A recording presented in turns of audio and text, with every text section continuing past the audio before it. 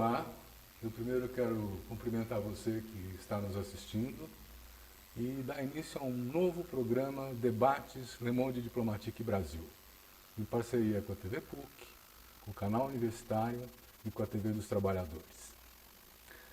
Hoje nós vamos tratar de um tema que diz respeito a todo mundo que se alimenta, somos nós. É o problema do agronegócio e a questão da segurança alimentar. Para discutir esse tema, nós convidamos 3 especialistas que estão aqui conosco. Muito obrigado pela presença. Eu quero apresentar cada um deles para vocês. Vou apresentar primeiro a Maureen Santos. A Maureen Santos é coordenadora de programas e projetos de justiça socioambiental na Fundação Heinrich Böll, Brasil. É também professora de Relações Internacionais da PUC-Rio e pesquisadora da plataforma socioambiental do BRICS Policy Center. Ela tem mestrado em Ciência Política e graduação em Relações Internacionais. Muito obrigado por estar aqui. O Alceu Castilho é jornalista formado pela USP, pós-graduando em Geografia Humana, autor do Partido da Terra, um livro que discute como os políticos conquistam o território brasileiro, e é editor e coordenador De Olho nos Ruralistas, um observatório jornalístico sobre o agronegócio no Brasil. E o Carlos Alberto Doria, doutor em Sociologia pela Unicamp, é um especialista em culinária, em alimentação, em gastronomia, com vários livros publicados, e foi também um dos que puxou a iniciativa do banquetaço, na época em que o prefeito Doria queria impor a farinata para as escolas públicas de São Paulo. Muito obrigado também por estar aqui. Obrigado. Eu quero começar dizendo para vocês que um pequeno levantamento mostra que existe uma concentração de terra no Brasil como em poucas partes do mundo existe. Nós temos 45% da área produtiva do Brasil concentrada em propriedades superiores a 1.000 hectares. E as exportações do agronegócio somaram em 2016 76 bilhões de dólares. Isso vem num crescendo. Vamos comparar com um PIB brasileiro de 1,8 trilhão de dólares em 2016. Se bem que seja importante o agronegócio, ele não é tão relevante na composição da produção do PIB. Mas ele tem uma presença muito forte na política, ele tem uma bancada forte no Congresso e ele tem conseguido licenças que são, no mínimo, duvidosas se fazem bem para a nossa saúde ou não. Então eu queria perguntar, para começar, vamos esclarecer isso, quem ganha com o agronegócio, quem perde com o agronegócio? Maureen, você pode começar? Posso. Acho que fica muito claro cada vez mais, no Brasil, que quem perde com o agronegócio é a população e a nossa alimentação, Porque cada vez mais, com essa concentração de terra, como você já colocou, e que a gente sabe que nessa concentração de terra se produz, não é alimento, 70% do que se produz de alimento vem da agricultura familiar e camponesa e não do agronegócio. Então, se a gente sabe que essa grande concentração de terra é para produzir commodities para exportação de produtos, então você já sabe que de primeira, isso não tem nada a ver com uma questão de debate sobre alimentação. E ao contrário, cada vez mais, para aumentar essa produção, para atingir esses números que você colocou, eles precisam fortalecer uma indústria, que é uma indústria cheia de veneno, que é uma indústria que vem causando cada vez mais conflito ambiental, socioambiental nos territórios, e esses conflitos eles vêm se intensificando com outros tipos de relação, que tem a ver com a questão da concentração do mercado por essas empresas e que agora está chegando também no debate de alimentação saudável, que eu acho que a gente vai poder falar um pouco daqui a pouco, sobre esse tema. Você me diga uma coisa, esse pacote do veneno, essa busca de licença para utilizar agrotóxicos, que é o que parece estão proibidos em vários outros países, como é isso? Esse pacote de veneno é necessário? Ele ajuda quem? Ajuda o agronegócio e prejudica diretamente não só quem se alimenta, e portanto, quem ingere esse veneno no fim da cadeia, mas particularmente quem trabalha com os agrotóxicos, que é quem mais morre com os pesticidas, e as pessoas do entorno, inclusive indígenas, escolas, enfim, camponeses que ficam alvo, reféns dessa guerra química. O agrotóxico é bom que se entenda que ele também é um método de expulsão de camponeses, de povos tradicionais e originários, não somente no Brasil, mas em outros países, no Paraguai isso também é algo muito comum. E o agrotóxico existe, esse modelo existe porque o agronegócio se move por monoculturas e se move contra a biodiversidade. Então chega a ser paradoxal que um recurso para combater pragas, no fundo, faça parte de algo que no limite estimula as pragas, né, pela perda embutida da biodiversidade. Como assim estimula as pragas? Eu não entendi. No sentido de que o agronegócio ele é um destruidor de biomas, ele estimula a monocultura e isso leva à perda da diversidade das espécies. É até curioso pensar isso, porque ainda tem muito vegetariano e vegano que não entendeu esse mecanismo que prejudica a fauna, espécies, dizima espécies inteiras, né? Então, sim, do ponto de vista deles, é preciso combater a pecuária, ainda mais a extensiva, mas também tem muita coisa embutida já no modelo de monocultura, que não é só para produzir comida, pode ser algodão, eucalipto. E, no caso do algodão eucalipto, por exemplo, não é para para alimentar as pessoas, como eles dizem. Uhum. Se o preço mais alto fosse do eucalipto, eles plantariam só eucalipto. É isso, essa é a lógica do agronegócio. Carlos Alberto, vamos entrar um pouco na culinária. Quer dizer, o agronegócio, de alguma maneira, né, ele está gerando sementes padronizadas que não se reproduzem e está, de alguma maneira, também substituindo, né, sementes nativas, originárias, que fazem parte da cultura alimentar do brasileiro. Você sente essa modificação? O que está acontecendo na alimentação? Silvio, eu vim aqui com a camiseta do banquetaço e não de culinarista. Na verdade, o banquetaço é um movimento, né, um juntamento de militância que surgiu em torno da questão da farinata, mas se mantém extremamente mobilizado e atuando no fronte político, né, em aliança muito estreita, inclusive com o Observatório do Agronegócio, de olho dos ruralistas. E nós estamos sentindo o seguinte, que o que se aproxima, o que se torna claro, melhor dizendo, é um confronto entre projetos civilizacionais, entendeu? Acho que de um lado você tem a Revolução Verde, né, que veio incorporando essas tecnologias e produziu esse monstro que aí está, que hoje, né, envenena o mundo, né, não é só o Brasil. E de outro lado, a necessidade de se construir um outro caminho, né, pautado, digamos, pela agroecologia, né. Esse novo caminho se expressa através da tentativa de desenho de uma política nacional de redução de agrotóxicos, né? Então nós temos um enfrentamento político entre uma política nacional de redução de agrotóxicos e o pacote do veneno, né? Eu acho que as condições políticas em que esse embate se dá é que são preocupantes, né? Eu acho que, não sei se você chegou a ver um vídeo, uma aula do Vladimir Safatli, que diz um golpe militar está em marcha, né? Ele faz uma análise bastante interessante, mas o importante, que eu acho que para o nosso debate, é o seguinte, que você teve, a partir de 2013, né,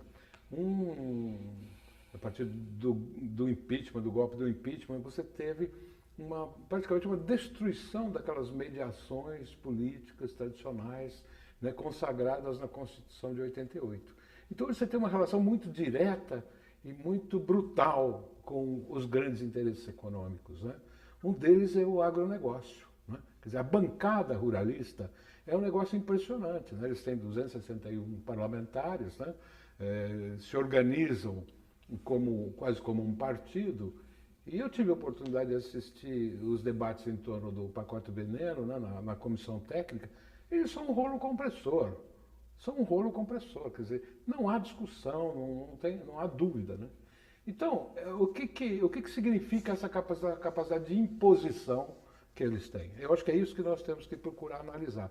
Eles vão nos impor esse pacote do veneno e o que isso significa em termos de saúde humana, o que isso significa em termos de exportação também, não é?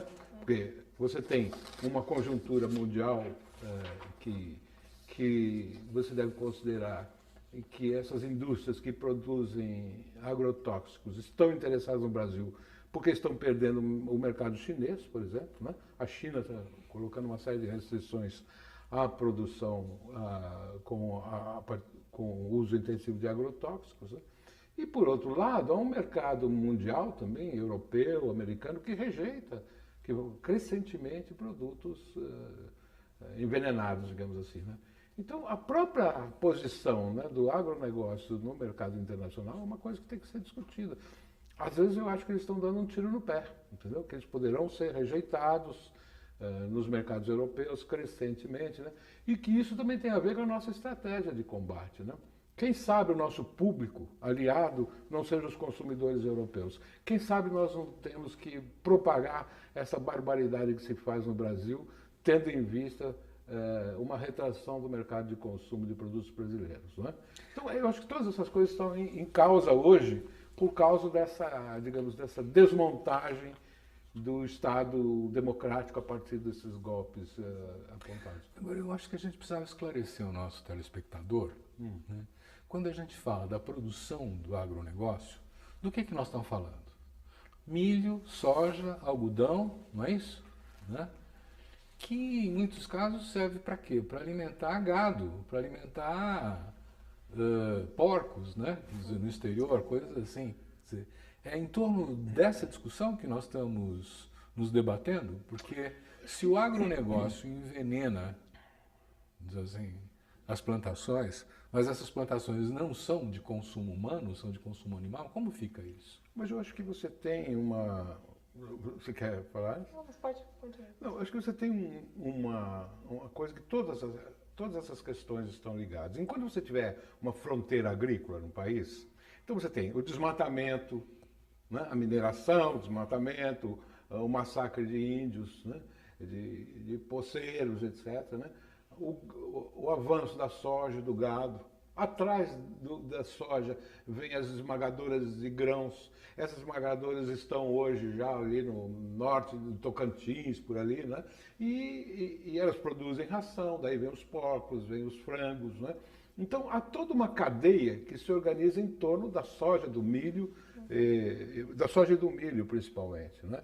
E você tem um componente novo que é a saída pelo Pacífico, né? Da produção lá do norte.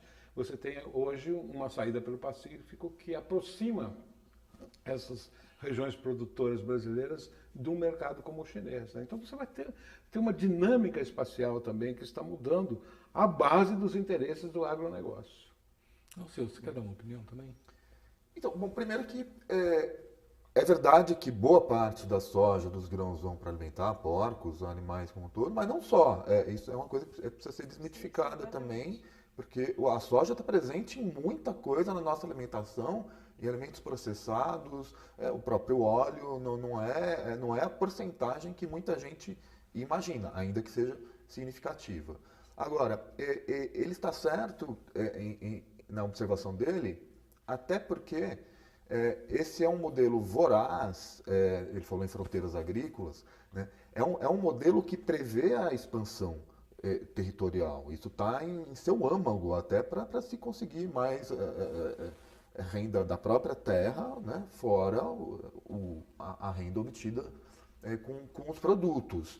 E isso, portanto, prevê o avanço em território, em terras públicas, né? E nessas terras tem alguém, ou em terras públicas ou em terras de povos tradicionais, por isso essa expansão.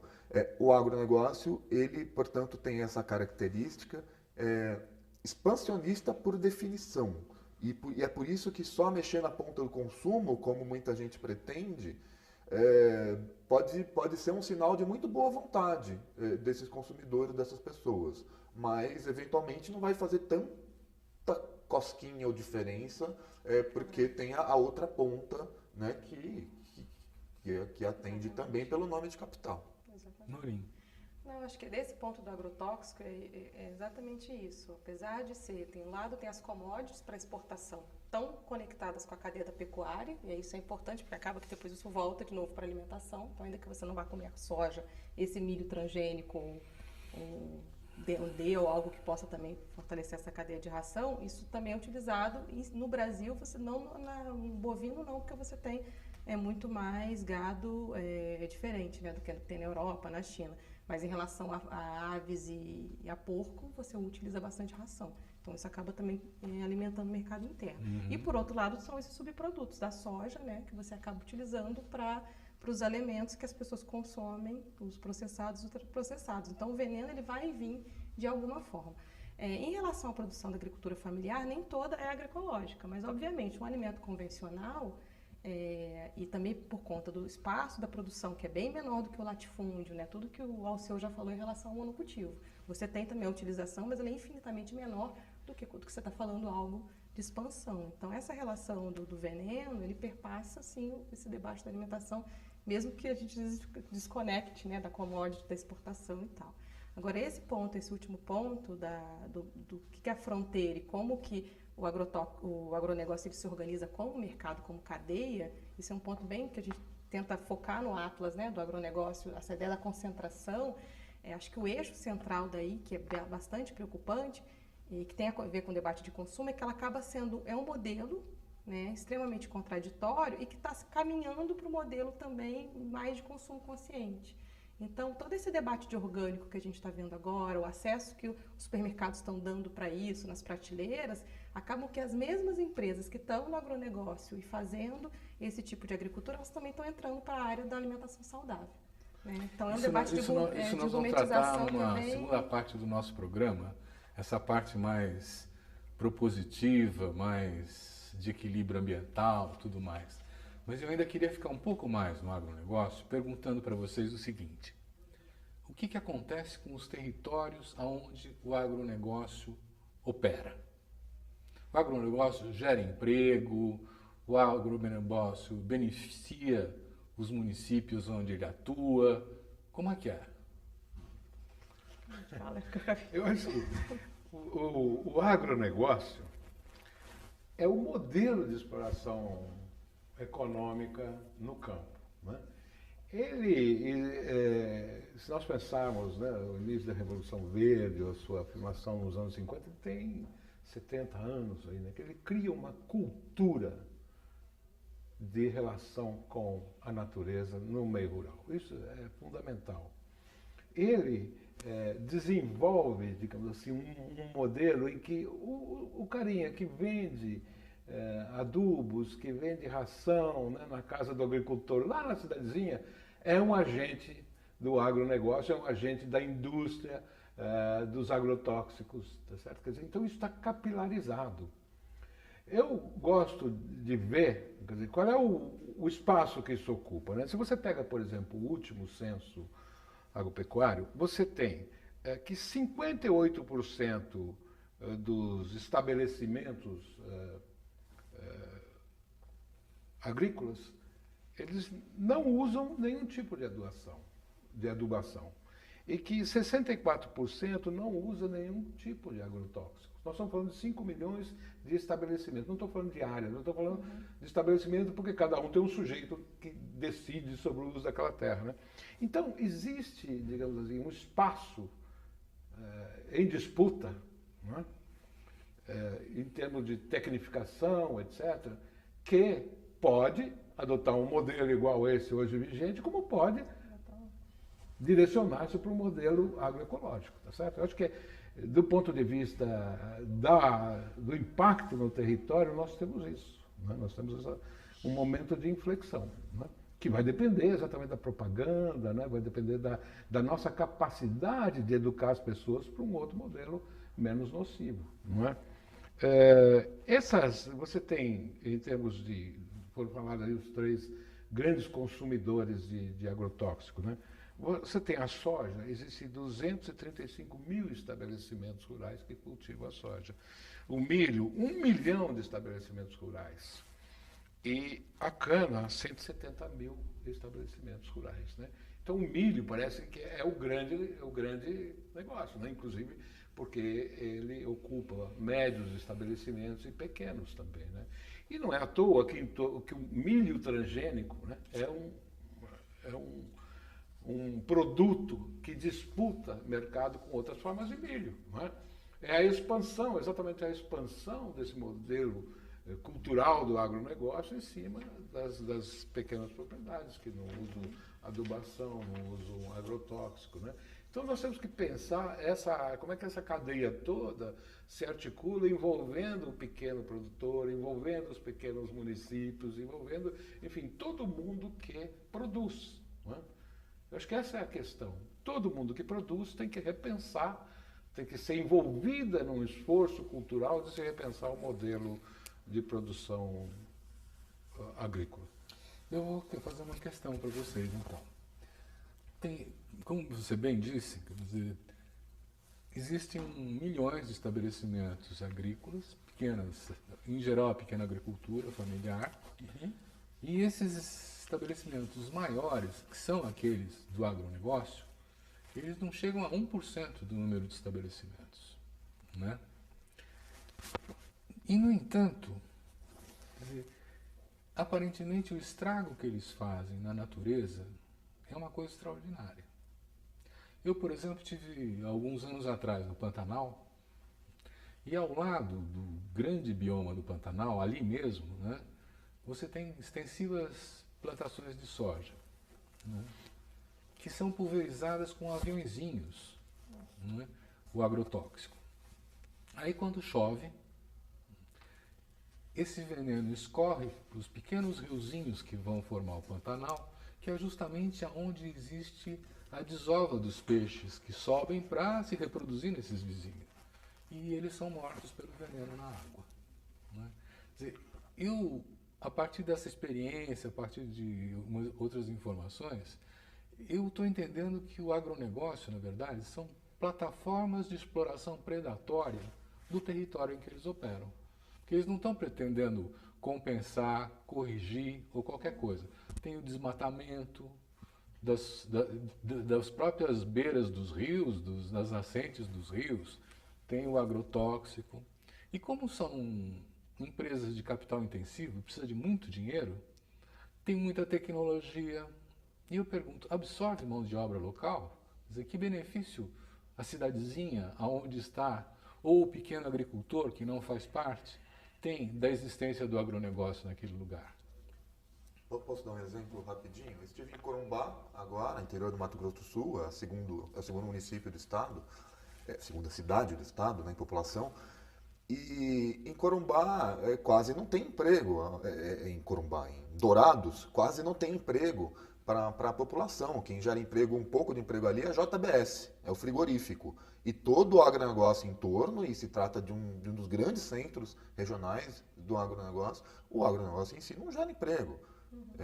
São pouquíssimos empregos gerados pelo agronegócio e a curva tem diminuído, como indicaram os primeiros dados do novo censo agropecuário. Então, de fato, ele é um modelo voraz que não está nem aí para o meio ambiente, a não ser nos discursos de sustentabilidade, tudo isso para inglês ver. E enquanto isso ele vai expulsando os camponeses, os povos indígenas, em meio a um êxodo rural movido também à violência, historicamente também movido à violência, porque boa parte dessas terras, inclusive, era pública. Então, se trata de um fenômeno de corrupção pouco percebido pelas camadas médias da população. Só observar que caracteriza um camponês, há uma longa discussão na academia sobre isso, mas um camponês, no limite, é alguém que pode sobreviver da própria terra. Plantar, criar né, um gado, alguma coisa, galinha, porco, e viver daquilo. A partir do momento que esse modelo capitalista ele avança sobre essas terras tradicionais, essa pessoa vai fazer o quê? Se ela não tem terra, ela só pode vender a força de trabalho. Se esse modelo não gera emprego no campo, ele tem que ir para onde? Tem que ir para a cidade. E quem disse que a cidade gera emprego para essas mesmas pessoas? Acho que qualquer pessoa que tiver possibilidade de ver de perto um monocultivo, você percebe claramente as grandes máquinas e são pouquíssimos funcionários. Na hora do eucalipto, por exemplo, se anda hectares, às vezes tem 2 funcionários, porque é tudo mecanizado, né? Então, e já tem estudos que provam exatamente isso, que o que eles tiram de emprego das pessoas que estão na terra para poder expandir, né, seja através da grilagem ou mesmo porque compraram a terra pública, etc., eles tiram muito mais emprego do que eles geram com a instalação dessas empresas. Agora, com a grande fronteira agrícola nacional, a nova, né, que é a região do Mato Piba, que junta 4 estados do Maranhão, Tocantins, Bahia e Piauí, isso está muito claro, né, em relação ao acirramento de conflitos e também a perda de empregos da agricultura familiar por conta dessa ocupação do agronegócio. E nós temos aqui uma contradição, não é? Quer dizer, em tese, o governo precisaria regular e controlar todas as atividades econômicas, inclusive essa, né, olhando para o bem-estar da população. No entanto, quer dizer, nós temos uma bancada parlamentar, que você mencionou o número muito expressivo, quer dizer, inscritos lá tem 213, mas tem mais que não tem a atividade principal no agronegócio, mas também está envolvido aí, né? Olha, dá quase metade nessa Câmara dos Deputados, de 513 parlamentares, né? Eles têm uma força muito grande, eles operam politicamente, né? E estão conseguindo resultados impressionantes, porque, veja, as renúncias fiscais aumentaram 8,3% para esse agronegócio no governo Temer, né? Isso quer dizer que o governo deixou de arrecadar 26 bilhões com esse setor em 2017. E tem uma promessa que essa isenção fiscal cresce, né? 26 em 2017, 29 nesse ano, 33 bilhões no ano que vem. Ou seja, eles estão operando de uma maneira a aumentar os seus lucros e retirar o imposto que vai financiar as políticas sociais. Eu estou com uma questão, quer dizer, como que é a relação do governo com o agronegócio e como deveria ser? Porque hoje o nosso ministro Blairo Maggi, nosso deles, né, quer dizer, o ministro da Agricultura, ele é do agronegócio, né? Então, mas eu acho que é isso. Nós temos que pensar nas consequências do golpe. Essa função que você atribui ao Estado de regular, acabou. Eu acho que isso acabou. Quer dizer, o modelo neoliberal, né, o modelo econômico neoliberal, é de total retirada do Estado. Portanto, essas relações sociais entre proprietários, né, e trabalhadores vai ficar muito crua. Muito crua. Né? Quer dizer, já é um absurdo um sujeito ligado ao agronegócio como o Blairo Maggi ser ministro da Agricultura. Né? Antigamente você tinha ainda o Ministério do Desenvolvimento Agrário, que olhava os pequenos, etc. Nem isso mais tem. Quer dizer, então, esta nudez, né, das relações de poder é o cenário político com o qual a gente tem que lidar. Não é? Você tem um inimigo da democracia instaurado do centro, no coração do poder. E os seus interesses não são interesses diferentes da indústria. Aliás, o agronegócio é a industrialização do campo. Tá certo? Então você tem a parte disso aí, desempregados, proletarizados e pequena agricultura. Não é? Então, o nosso problema É controlar o poder dessa gente, porque tem um potencial destruidor enorme em termos da saúde humana, em termos do meio ambiente, isso está comprovado pelas ações todas, né? Quer dizer, o horizonte imediato do lucro os coloca em confronto com as leis naturais, em confronto com as conquistas sociais, né? Então, o nosso problema é, hoje, controlar essa força exacerbada e que está instalada no coração do Estado brasileiro. Eu acho que tem um elemento que é importante destacar disso, é que isso ficou acirrado nos últimos 2 anos, porque é isso, né? O governo que não existe, né? Você tem isso, na verdade foi tomado de assalto, mas é um processo, né? O fortalecimento desse setor do agronegócio, ele vem aí dos últimos 15 anos, né? Então não dá para negar isso. E isso é um elemento que acabou, que eu acho que a gente viu um agronegócio aí, o Alceu pode falar melhor do que eu, que tem um lado que é uma galera tal da Revolução Verde 2.0, que é esse pessoal mais ligado a partes de biotecnologia, da maquinaria mais pesada, de tecnologia, e tem o ruralismo antigo também, que a gente percebe isso claramente nessas votações aí nas comissões, assim, são coisas aberrações. Você pega um livro do Otávio Iane da década de 70 e lê agora, é exatamente isso, não mudou, é exatamente a mesma galera, né? E por outro lado, tem aí um desmonte da legislação que também se intensificou nos últimos anos de forma brutal, era quase 3 por semana, né? A gente ficava doido para saber qual que era o PL que ia acompanhar, mas que o Código Florestal de 2012, né, ele abriu uma porteira absurda aí para esse processo, né? Então, é um setor que ele realmente ele tem um poder gigantesco no Estado brasileiro, que é aliado ao setor financeiro, não dá para a gente tirar o setor financeiro, porque ele tem essas pernas aí, e as multinacionais transnacionais. Porque se você pega o setor de semente, pega o setor do veneno, pega o setor de maquinário, pega o setor de transporte e muitos outros, que essas grandes transnacionais também elas são fundamentais para fortalecer o poder que esse setor tem aqui no Brasil, né? Nossa, eu quero falar algo sobre isso. Queria só adiantar para você que, por exemplo, essa discussão de como controlar as grandes multinacionais, ela está, inclusive, no meio liberal sendo debatida, porque nem mesmo a doutrina liberal está aceitando, né, o controle sobre os governos dos grandes conglomerados. Como é que você vê essa solução? Bom, primeiro procuram-se liberais autênticos. Eu até discordo dele no sentido de que o caminho é só para o Estado mínimo. Não, é para o Estado mínimo para direitos sociais e tal, para trabalhadores. Para, como você bem descreveu em relação a esse financiamento indireto, perdão de dívidas e tal, isso tudo mostra que existe uma migração, né, do dinheiro do Estado diretamente para esses bacanas.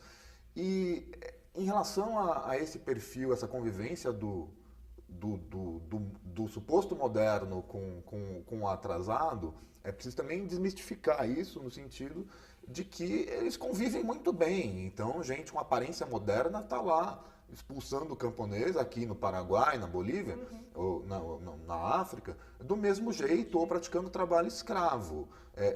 O sistema financeiro está lá em Corumbá, donos do Bradesco, do Itaú, da Cosan, então, seja no Pantanal, seja no Cone Sul do Mato Grosso do Sul, que é um dos maiores conflitos indígenas do mundo, estão lá com propriedades, inclusive, em terras públicas. Então, é tudo muito amalgamado no sentido de uma predação que não aparece na telinha da TV. O telespectador internauta provavelmente já percebeu que a campanha Agro é Pop, ela é uma farsa, é uma tentativa paradoxal de romantização cínica, né? De romantização de algo que absolutamente não é romântico. Porque você destruiu o bioma ali, gerou pouquíssimos empregos, expulsou todo mundo que a gente está falando aqui. Então, só que as pessoas aparecem alegres e tal, como se fosse uma coisa idílica, sem a vantagem do idílico, que é ter pelo menos uma natureza, né, ali, né, bonitinha. Exatamente. Uma coisa, você disse que não concorda comigo no quê? Eu não entendi. De que o rumo é apenas para o Estado mínimo. É um Estado mínimo com golpe e tudo, aliás, é um ponto importante também, porque o golpe acirrou esse movimento para o agronegócio, com certeza. Metade dos votos para derrubar Dilma saiu da Frente Parlamentar da Agropecuária, que foi também quem segurou o Temer depois, em agosto e outubro do ano passado. Não, só tomar cuidado que o Estado, eles querem um Estado mínimo em relação a direitos, mas em nenhum momento a gente está falando de liberalismo aqui. Eles querem capturar o Estado para continuar financiando. Eu acho que o projeto neoliberal é do Bolsonaro. Esse vai implantar o Estado mínimo. Com o BNDES do lado. Com a Frente Parlamentar Agropecuária também. Eles não vão deixar. Não vão deixar porque eu ficar sem banco no Brasil. Não, a doutrina neoliberal, ela prega o Estado mínimo no plano da regulação. Exatamente. Do uso da lei, da aplicação da defesa dos direitos. Mas prevê um Estado provedor para esses grandes grupos econômicos, redirecionando todo o dinheiro público para financiar e aumentar a lucratividade dos negócios. É isso, não é? Eu acho que esse ponto que o Alceu coloca, que na verdade, para além da questão das isenções e das cessões de terra e tal, tem todo o debate de multa que não se paga, né? Se a gente fosse contabilizar toda a utilização de água, que também não é, ou de energia, né? Então coloca na ponta do lápis. O ITR. Né? Exatamente, em relação aos impostos, tudo que eles recebem de subsídio, os conflitos inclusive. Ambientais, toda a questão do desmatamento de emissões de gás de efeito estufa, onde tem competitividade aí, né? Então, mas aí nós temos que falar da conivência da justiça. Exatamente, são da outros conivência setores. do governo, não é? Quer dizer, E das tem próprias organizações dentro do governo. um controle de uma elite que opera a partir do Estado também. Exatamente. Bom, mas vamos mudar um pouco de assunto e tentar ver o lado promissor, vamos dizer assim. Porque o brasileiro continua se alimentando. Sim. De onde vem a comida do brasileiro? Ela vem essencialmente, o que chega à mesa, vem essencialmente da pequena agricultura. Né? Existe um número mágico aqui, 70%, 75% do que chega à mesa vem da pequena agricultura. Eu acho que a questão do modelo agrícola é o seguinte: você tem hoje, o mundo todo, gira em torno de 35 espécies vegetais, mais ou menos, né? Num universo de 3.000 espécies comestíveis. E nós temos aqui, né, essa coisa da cana, da soja e do milho, né, sustentando o agronegócio. Então existe um outro universo que é visível ou não, pouco importa para a nossa discussão, mas que se move em outras bases. Não é? Então, quando você olha São Paulo, Cinturão Verde, você vê aí hortas orgânicas, você vê hoje um movimento importante que é das PANCs, né? Plantas alimentícias não convencionais. Né? Você vê, a Faculdade de Medicina tem uma horta enorme de plantas alimentícias não convencionais. O que eu quero dizer com isso é que vai se tecendo uma nova cultura alimentar. Não é? Essa cultura vai se desenvolvendo nos centros urbanos, vai se implantando em certos núcleos rurais, não é? E o que nós tentamos fazer? É exatamente conclamar esta força em torno de uma política nacional de redução de agrotóxicos para que esta cultura nova alimentar possa se expandir.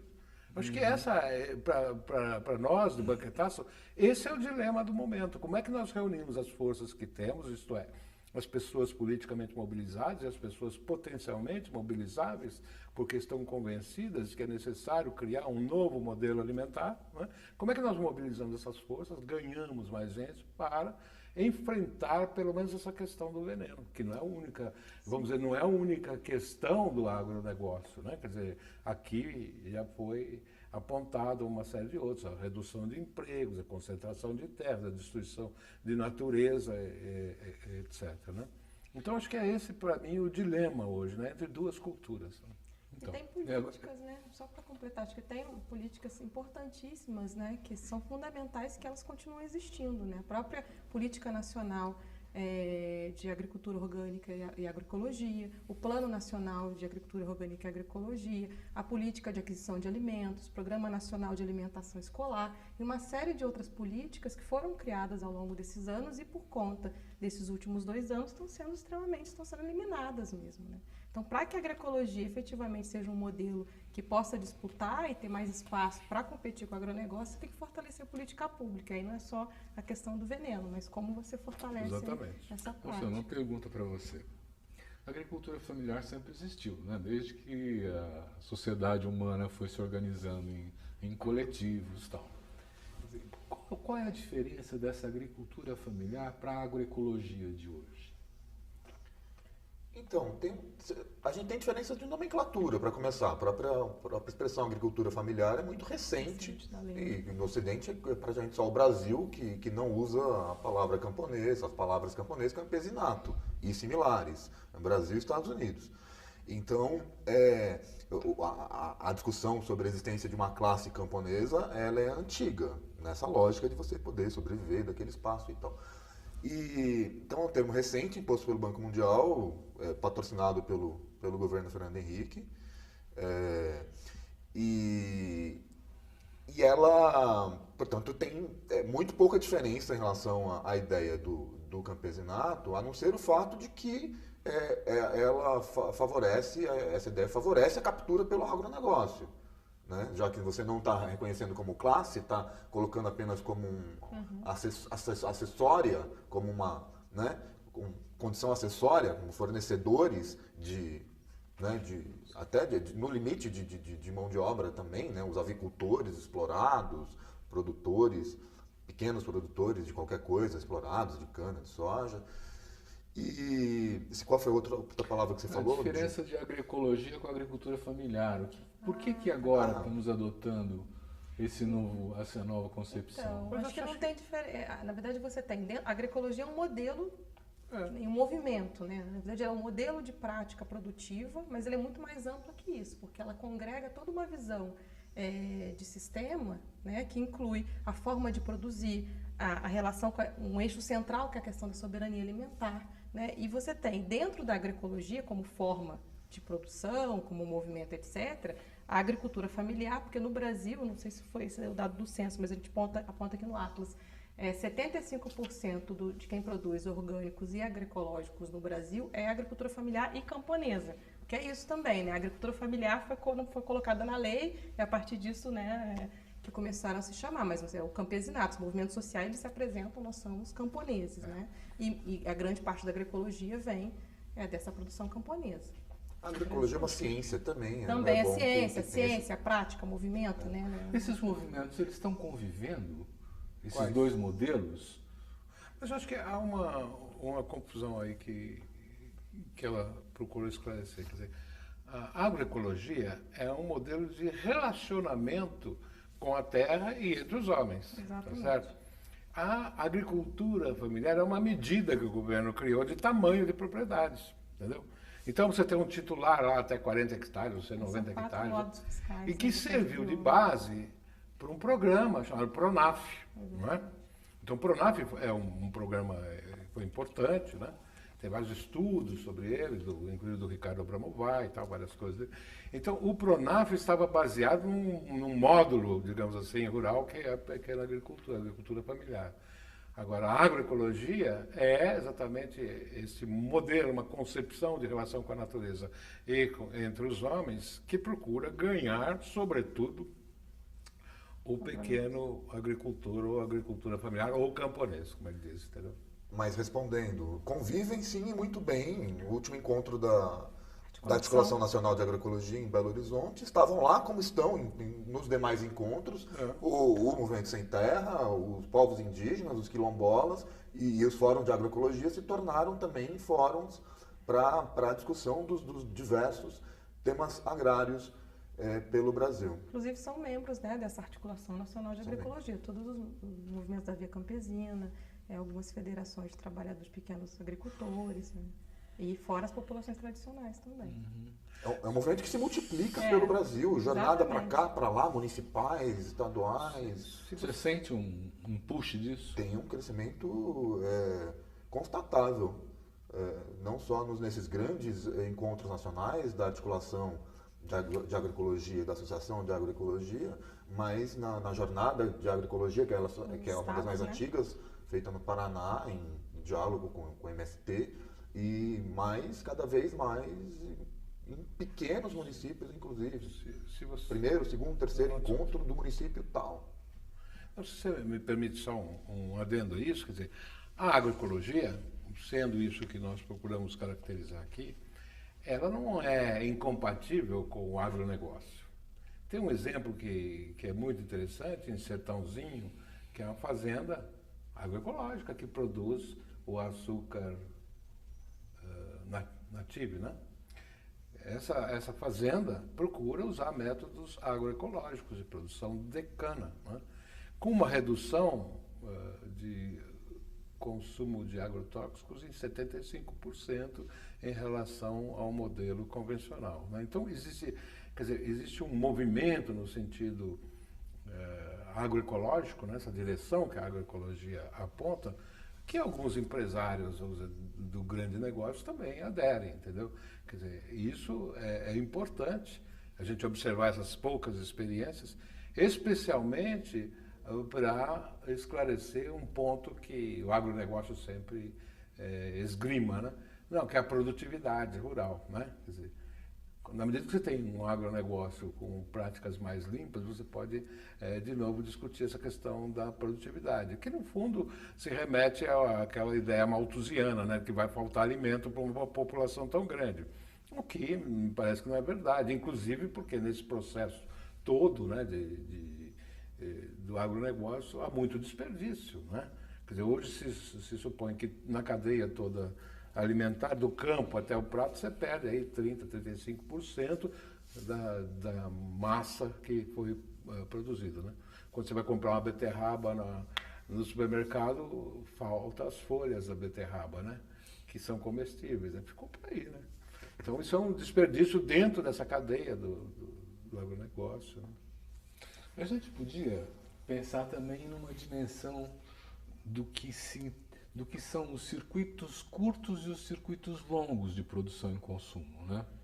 Sim. Porque, por exemplo, a soja que vai para a China, ela precisa de investimentos brutais, ela precisa de silos de transporte ferroviário ou de barco, e depois ela vai para um navio, e ela chega lá no final, do outro lado do mundo, né, consumindo energia, fazendo um monte de coisas. Se nós pensarmos o que cada comunidade pode consumir, que é a ideia, por exemplo, da merenda escolar com o hortifruti granjeiro em torno da cidade, você está falando de circuitos curtos de produção e consumo, Sim. que não necessariamente combinam com as grandes multinacionais. Isso também está em questão nesses Sim. modelos? Eu acho que tem um ponto que acho que não é de consenso dentro do movimento agroecológico, como ele colocou em relação por um lado, a transição do agronegócio para a agroecologia. Eu acho que são dois modelos extremamente diferentes por essência, assim. A agroecologia, ela não pensa latifúndio, ela não pensa grandes extensões de terra, ela tem um foco na diversidade, então, isso também diferencia até dos orgânicos, porque isso é só para chegar nos circuitos curtos, tá? Porque o orgânico, você pode fazer monocultivo de orgânico, você pode não usar veneno, você pode usar práticas, né, orgânicas do solo, de adubação, etc., e ele é orgânico, e é considerado sustentável. Mas a agroecologia é muito mais ampla que isso.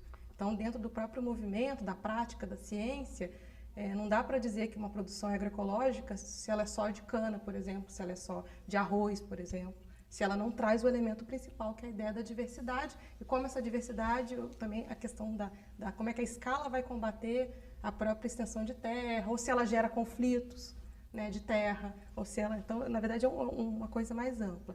E essa questão dos circuitos curtos, ela está dentro também do debate agroecológico, que é exatamente por isso. Se você está pensando algo que é focado na cultura alimentar daquela região, daquele bioma, descoberta de novas espécies, de novos cultivares, como você utiliza isso para a merenda escolar, para a política pública, né, no entorno, pensando a questão campo e cidade de uma forma muito conectada, aí os circuitos curtos são fundamentais, porque você vai gastar menos transporte, você estava favorecendo a própria segurança alimentar e soberania alimentar local, né? Então, esse é um processo aí muito interessante que, em relação ao agronegócio, não se consegue, né?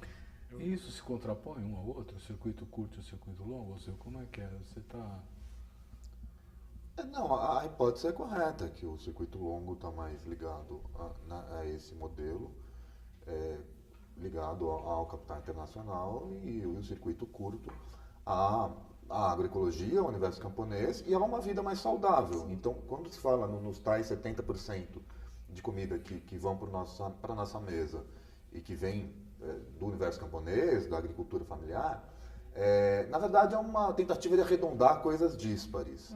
O fato é que o alimento mais processado ele tende a vir, né, e de circuito mais longo, tende a vir do agronegócio, mesmo que seja algo frequente na nossa mesa, né, os hortifrutis, por exemplo, né, vão vir exatamente dos pequenos. E esses hortifrutis, quando não estiverem empesteados, eles vão exatamente constituir uma alimentação mais saudável. Então é por aí. Só queria ressaltar a questão da diversidade, biodiversidade alimentar, a agrobiodiversidade, porque ela também é importante nesse processo. Ela só vai ter um apelo lá para o agronegócio nos pequenos nichos de mercado que gourmetizarem, né, esses alimentos. Mas, de um modo geral, existe uma perda dessa diversidade. Esses dias mesmo eu estava vendo uma exposição aqui na América Andina de batatas, né?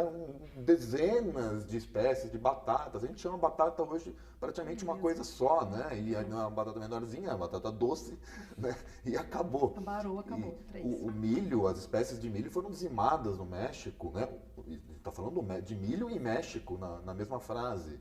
E isso vale para muitos outros produtos. E perda de biodiversidade alimentar vai significar também, em algum momento, perda da saúde, né? Essa monotonia alimentar não é bem-vinda para o organismo. Eu acho que só completando, essa coisa do circuito curto, longo, tem a ver com o que eu estava chamando de uma revolução do modelo, né, de alimentação. Os circuitos curtos só existirão baseados na biodiversidade natural, da biodiversidade étnica, não é? As pessoas, enfim, só vão se envolver em modelos de circuito curto de produção desde que haja uma institucionalidade disso, né? Quer dizer, você pega... Eu vou fazer uma pergunta para você, continuar esse raciocínio, né? Eu tenho visto, por exemplo, em gôndolas de supermercado, uma pequena parte que é assim, orgânicos. Isso. Onde você vai lá e compra, e por ser orgânico, está suposto que não está envenenado. Claro. Quer dizer que tem um espaço para isso? Claro, eu acho que tem espaço para isso. Na medida que as pessoas vão se convertendo a esta nova cultura, como eu estou chamando, de maneira genérica, elas vão demandar esse tipo de produto. E alguém produz, não é? Alguém produz. Eu acho que à medida que essas coisas avancem, você vai criar um nicho de mercado de outro tipo, né? Eu acho que o modelo futuro vai ser um modelo misto, um modelo alimentar misto. Vai ter a coisa do agronegócio, vai ter a coisa né, da agricultura familiar, né, agroecológica, etc. Há mercado para tudo isso, né? O misto será baseado em nichos, né? Agora, o que eu tenho a impressão é que por exemplo, você falou do comércio, né? Tem ali no supermercado. Mas também, você sabe que quando o supermercado chega numa cidadezinha pequena ou média, ela destrói essa biodiversidade, né? E destrói também lugares distantes, né? Está de costas para a produção local. Você vai em supermercado em Belém, tem maçã, tem pera, tem raio. Que o Parta não tem um açaí, não tem não sei o quê, não tem frutas, né? Não tem bacuri. Então, essa dinâmica, né, é que está em discussão. Quer dizer, nós temos que ter consciência do que um caminho implica e do que outro caminho implica. Mas eu só queria contestar um pouco o que ela falou em relação ao agronegócio agroecológico, digamos assim, né? Eu acho que se nós vamos discutir uma política nacional de redução de agrotóxicos, nós temos que buscar aliados em todos os lados, inclusive em grandes empresários rurais. As vantagens, né, da maneira como essa usina produz o açúcar, a cana, são claras. Tem vídeos na internet que mostram lá o Leontino mostrando as implicações disso.